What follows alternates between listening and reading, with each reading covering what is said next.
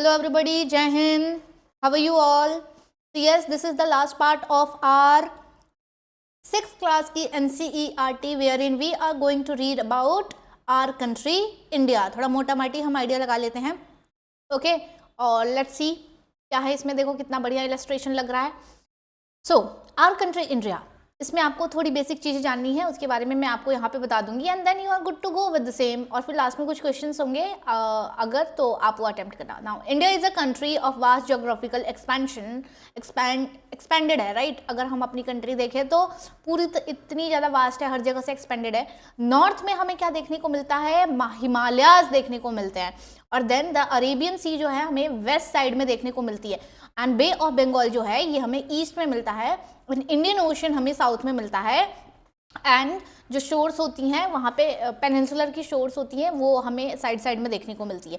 So this was about it. अब मैं ना देखो जो ये इन्फॉर्मेशन है this is not only for the purpose of like the written part और सो, बट अगर आपको कभी ये बोलने आ गया ओके मेंशन एनीथिंग या फिर लेक्चरेट आ गई speak about India in 3 minutes, तो तब ये बहुत ज़्यादा इंपॉर्टेंट होता है कि ये जो तरीका है ना किसी भी कंट्री के लिए ये अप्लाई कर सकते हो आप. फॉर एग्जांपल आप बताओगे अगर चाइना का बताना है तो आप चाइना का भी सेम ऐसे स्टार्ट करोगे कि चाइना जोग्राफिकली बहुत ही एक्सपेंडेड एक कंट्री है. एंड देन उसके नॉर्थ में ये है मंगोलियन कंट्रीज एंड ऑल, ये सारी हैं. देन उसके ईस्ट में वेस्ट में ये सारी चीज़ें बताओगे. Same as India. इंडिया की मैंने नॉर्थ में क्या बताया है? इसके नॉर्थ में हिमालयाज होते हैं, हिमालयाज. देन हमें यहाँ पे बे ऑफ बंगाल देखने को मिल जाता है.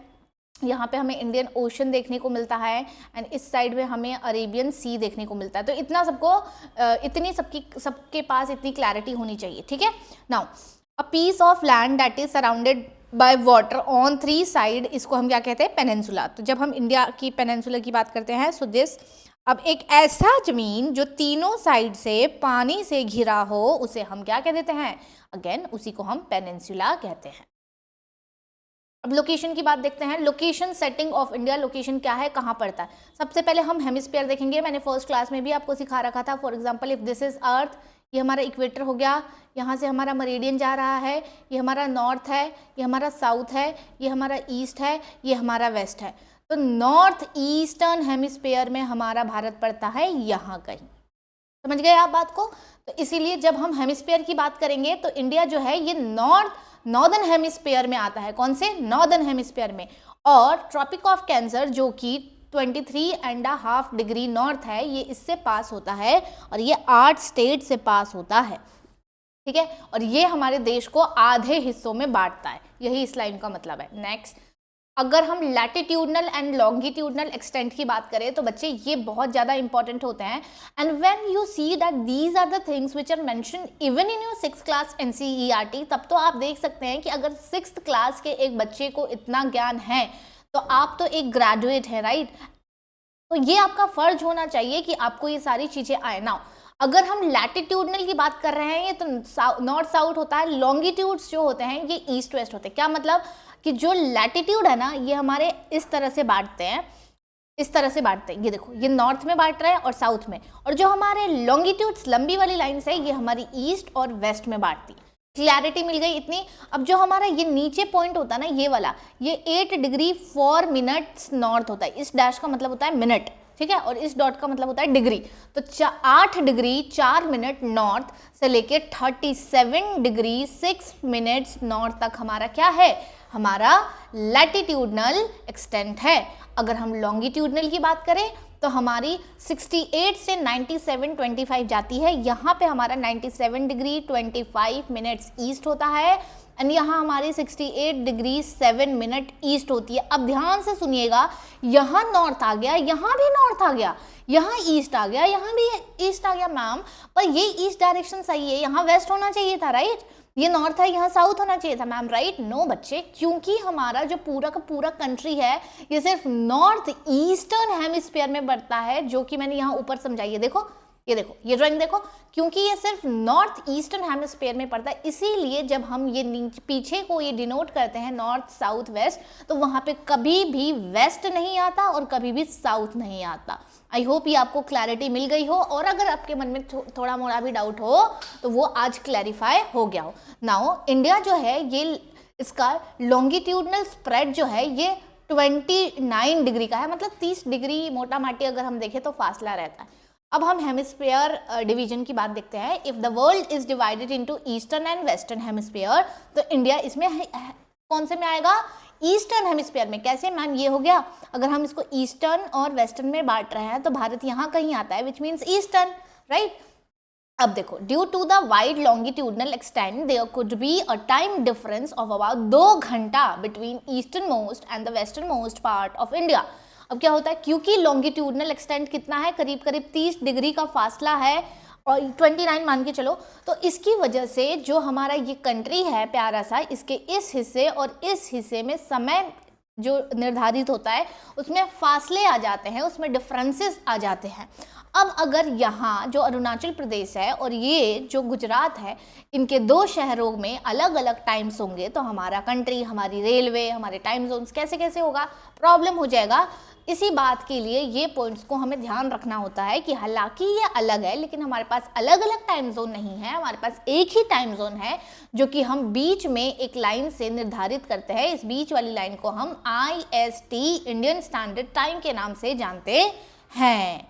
नाउ लोकल टाइम जो होती है वो 4 मिनट 1 डिग्री के लिए मानी जाती है, यानी हर 1 डिग्री में कितने मिनट्स? 4 मिनट्स। एग्जाम्पल, सनराइज जो होता है, सूर्योदय, अरुणाचल प्रदेश में जो कि ईस्ट में पड़ता है भारतीय, 2 घंटे पहले हो जाता है। अगर हम किससे कंपेयर करें, उसी सनराइज की जो कि गुजरात में होता है, जो हमारे भारत के वेस्टर्न पार्ट में पड़ता है। ये ईस्टर्न हो गया, ये वेस्टर्न हो गया। यहाँ 2 घंटे पहले होता है।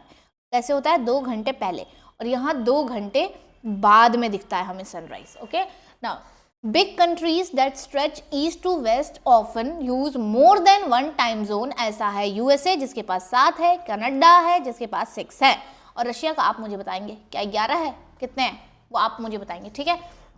ऑलराइट, तो हमने देख लिया कि इंडिया में हालांकि डिफरेंसेस है, पर हमने IST नाम की चीज़ से इसे बैलेंस कर रखा है। लेकिन जो कंट्रीज जिनका जोग्राफिकल एक्सटेंशन बहुत बड़ा है, USA वगैरह, जैसे कि 7 हाला फॉर अ रीजन, कनाडा में हमारा C होता है और C को ही थोड़ा सा ऐसे बना दोगे तो 6 बन जाता है। तो ये दोनों याद रखोगे। रशिया वाला आप मुझे कमेंट में बताओगे सर्च करके।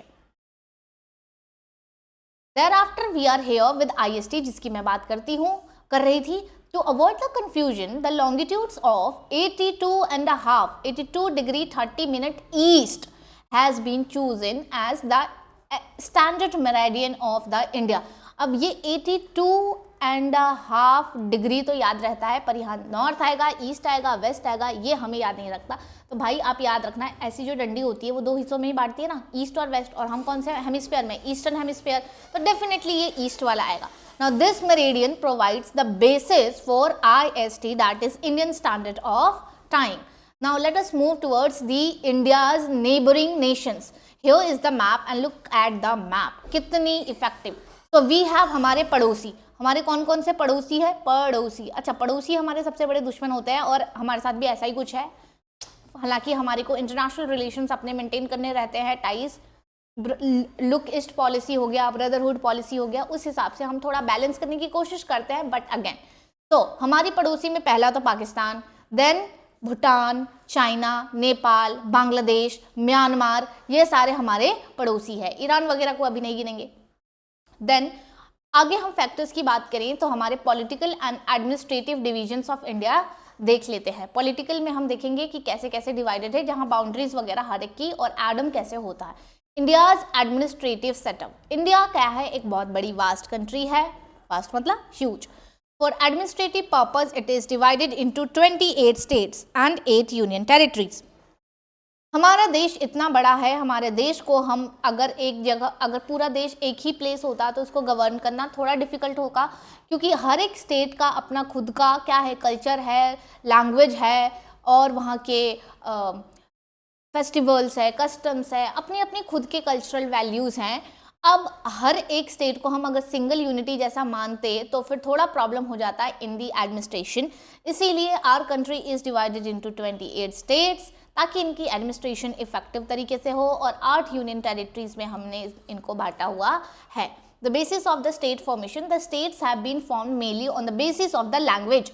लैंग्वेज के आधार पर हमारे ये डिवीजन हो रखे हैं। कल्चर, लैंग्वेज एंड ऑल, ये पॉलिटी का एक सब्जेक्ट है जहाँ पे आपको स्टार्टिंग से बताया जाता है कि कौन सा ऐसा पहला था स्टेट जो कि लैंग्वेज के या फिर अपने पॉपुलेशन के हिसाब से अलग हुआ था, डिवीजन हुआ था। तो the largest and the smallest states by areas. Largest अगर एरिया में बात करें तो सबसे बड़ा अगर कोई है तो सबसे बड़ा राजा ही होता है, राजा। अरे राजा सबसे बड़ा होता है कि नहीं, तो राजस्थान सबसे हमारा बड़ा है, सो एरिया वाइज राजस्थान। और सबसे छोटू हमारा गोवा, स्पेलिंग में भी छोटा और साइज में भी छोटा। Thereafter, if we look further, the division of the states are into districts. तो सबसे पहले क्या हुआ था, एक हमारा देश है, देश अलग अलग हमारे स्टेट्स और यूटीज में बता है। अगर हम एक स्टेट को उठा ले, फॉर एग्जांपल गुजरात को उठा लेते हैं, तो then this Gujarat is divided into different districts. तो वही कह रहे हैं कि स्टेट्स हमारे फर्दर डिस्ट्रिक्ट्स में बटे हुए हैं ताकि डिस्ट्रिक्ट्स में भी हमारी एडमिनिस्ट्रेशन प्रॉपर्ली हो सके।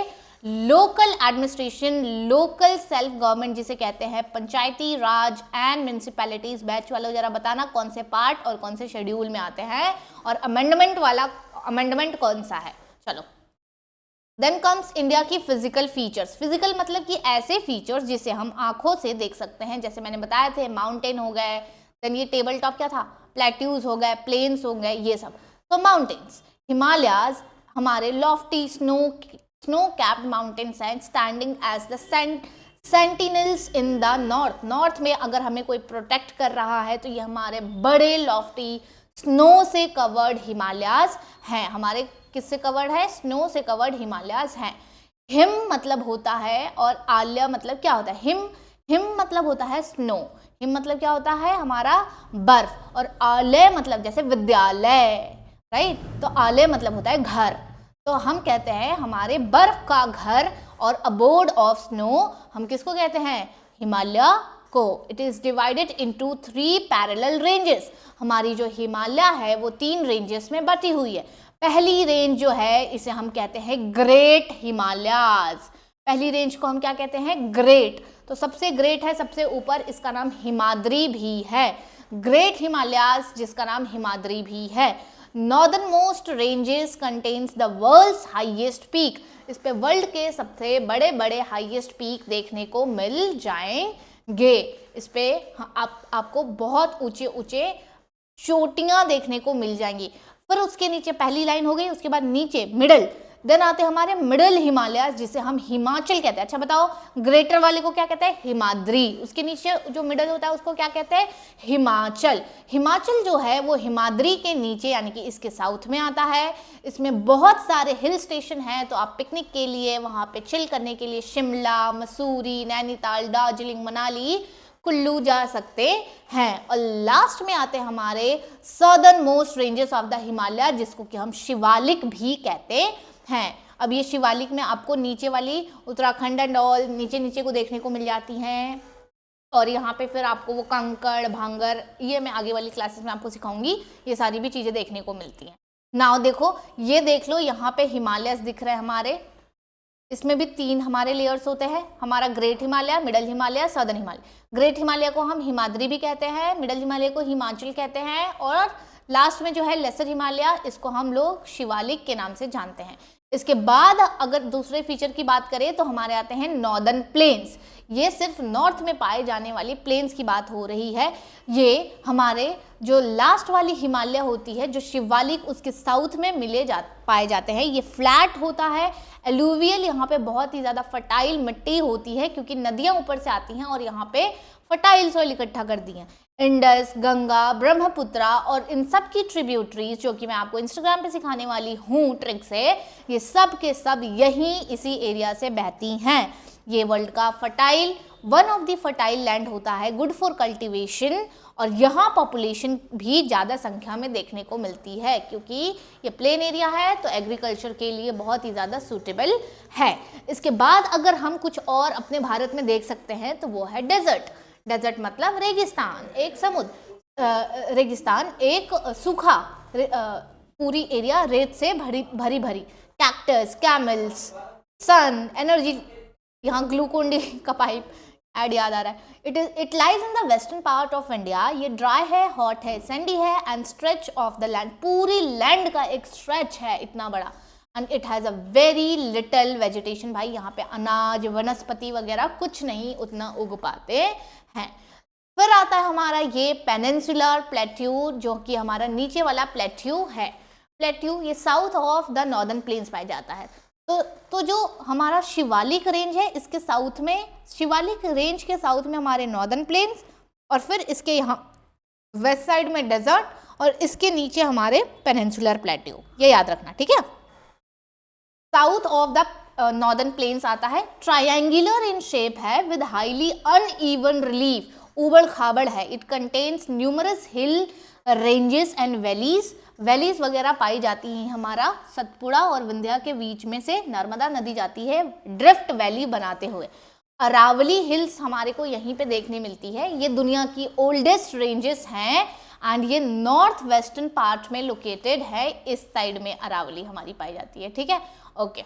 उसके बाद हमारी है विंध्या एंड सतपुड़ा। विंध्यास और सतपुरास जो है ये रेंजेस है, यानी कि पहाड़ों की ऐसे लाइन्स हैं, लाइन्स रेंजेस हैं, मालाएं हैं, और इनके बीच Narmada, river Narmada and Tapi flow through these ranges. West flowing नदियां हैं ड्रेनिंग इनटू अरेबियन सी। तो ये हो गई हमारी विंध्यास और ये हो गई हमारी सतपुड़ा। मेरा एक फ्रेंड था जिसका नाम था VS वैभव सिंह, और मैंने उसी से याद रखा था, विंध्या यहाँ सतपुड़ा यहाँ, और बीच में से दो नदियाँ बह रही हैं, एक हो गई नर्मदा, एक हो गई तापी, और दोनों जाके अरेबियन सी में गिर रही हैं, ड्रेन हो रही हैं। फिर एक और फीचर हमें देखने को मिलता है साउथ में, ये हमारा गोवा से, महाराष्ट्र से स्टार्ट हो जाता है एंड देन नीचे केरला तक चलता है। वेस्टर्न घाट जिनका नाम है शहाद्री, शहाद्री। अच्छा, हिमाद्री किसका नाम था, जरा बताना बताना बताना। और सहाद्री किसका नाम है, ये तो आपको अब पता चल ही गया। It borders the plateau in the west and almost continuous है, यानी कि ये देखो, ये हमारा प्यारा भारत हो गया, और इस प्यारे भारत में ये जो लंबे से पहाड़ दिख रहे हैं इन्हें कहते हैं हम वेस्टर्न घाट्स, और ये कहीं भी ब्रेक नहीं है, टूटे नहीं है, इसलिए ये कंटिन्यूअस हैं। अच्छा, जो इस तरह के पहाड़ होंगे ना, ये ऐसे टूटे होंगे, देखो इसमें गैप है और इसमें गैप नहीं है, तो ये हो गए ईस्टर्न घाट। और ईस्टर्न घाट कैसे है, डिसकंटिन्यूअस है, टूटे हुए हैं। क्यों? क्योंकि मोस्टली इंक्लाइंड है और सारी नदियां इधर से इधर बहती हैं, तो उसको इरोड कर देती हैं, ओके, ऑलराइट। अच्छा, next is eastern Ghat. Eastern Ghat क्या है, ये प्लेट्यू से बॉर्डर करता है ईस्ट में, ब्रोकन है, टूटा है, अनइवन है, डिसकंटिन्यूअस है। यहाँ आपको मिनरल्स लाइक कोल, आयरन ओर वगैरह मिल जाते हैं। आंध्र प्रदेश हो गया हमारा, उड़ीसा हो गया, so they are hub of all these minerals. Coming to the final thing, which is the coastal plains. This one is also one of the physical features of India. ये हमारे located होते हैं west में of the western Ghat and to the east of the eastern Ghats. तो eastern घाट के, अब मैं आपको ड्राइंग बना के दिखाती हूँ, देखो ये हो गई हमारी प्यारे भारत, यहाँ पे हमारे कंटिन्यूअस वेस्टर्न घाट होते हैं, यहाँ डिसकंटिन्यूअस हमारे ईस्टर्न घाट होते हैं। अब वेस्टर्न घाट के वेस्ट में और ईस्टर्न घाट के ईस्ट में जो देखने को मिलते हैं ये हमारे कोस्टल प्लेन्स हैं, कोस्टल एरियाज हैं। वेस्टर्न कोस्टल प्लेन और ईस्टर्न कोस्टल प्लेन्स इनको कहा जाता है। अब एक बात जरा ध्यान रखना कि यहाँ पे जो नदियाँ हैं इस डायरेक्शन में बड़ी कम नदियाँ बहती हैं। ये मैं आपको 11th क्लास की NCERT में पढ़ाऊंगी कि कौन कौन सी नदियाँ हैं जो ईस्ट से वेस्ट में बहती हैं in the peninsula apart from Narmada and Tapi, okay. यहाँ पे जो फिर बनता है प्लेन वेस्ट में, क्योंकि नदियाँ कम ड्रेन हो रही है अरेबियन सी में, तो प्लेन नैरो बनता है। एंड ईस्टर्न कोस्टल प्लेन में सारी नदियां ऊपर से नीचे नीचे नीचे, चाहे गोदावरी, चाहे कुछ भी ले लो, कृष्णा, कावेरी, कुछ भी ले लो, वो सारी की सारी यहाँ पे प्लेन्स बना देती हैं अपने जो भी है सॉल्ट, सिल्ट, इरोड करते हुए कंकड़ पत्थर, वो सारा नीचे लाती हैं and then they frame much broader plains. तो अब कहानी भी समझ में आ गई और लॉजिक भी समझ में आ गया। Now you don't have to ratify it, क्योंकि समझ दिख रहा है कि नदियां इधर कम है तो डेफिनेटली प्लेन्स कम बनेंगे, उधर ज्यादा है तो वो ब्रॉड बनेगा, उधर ज्यादा बनेगा, right. Now drained by the east flowing rivers, कौन कौन सी इधर से इधर ईस्ट की तरफ यानी बे ऑफ बंगाल में जाके ड्रेन होती हैं। अगेन मैंने बताया महानदी, गोदावरी, कृष्णा, कावेरी। अच्छा, गोदावरी की मैंने सारी की सारी ट्रिब्यूटरीज याद करवा दी है, ट्रिक पर देख लेना भाई, इंस्टाग्राम पे अपलोडेड है। Now these rivers form fertile delta बनाती हैं देयर एट देयर माउथ। तो जब नदी इधर से आती है ना तो ऐसे नीचे को ऐसे फैल जाती है, इसका मुंह कहा जाता है माउथ, और इसे हम डेल्टा के नाम से भी जानते हैं। डेल्टा में एक आता है सुंदरबन डेल्टा। सुंदरबन डेल्टा जो है ये गंगा और ब्रह्मपुत्रा के दोनों नदियों के फ्लो से बनता है और ये बे ऑफ बंगाल में हमें देखने को मिलता है। अब हमारा चैप्टर खत्म होने वाला है और लास्ट में कुछ टॉपिक्स बचे हैं। फॉर एग्जांपल इंडिया में हमें आइलैंड्स भी देखने को मिलते हैं। हमारे भारत में दो मेजर ग्रुप्स हैं आइलैंड के, एक हमारा अंडमान एंड निकोबार है, दूसरा हमारा लक्षद्वीप है। अंडमान एंड निकोबार का कैपिटल चेंज हो चुका है, let me know in the comments कि इसकी न्यू कैपिटल क्या है। एंड लक्षद्वीप की वही है, तो आप पुरानी वाली जरा बताएंगे क्योंकि मैंने बैच में ट्रिक से याद करवाई है।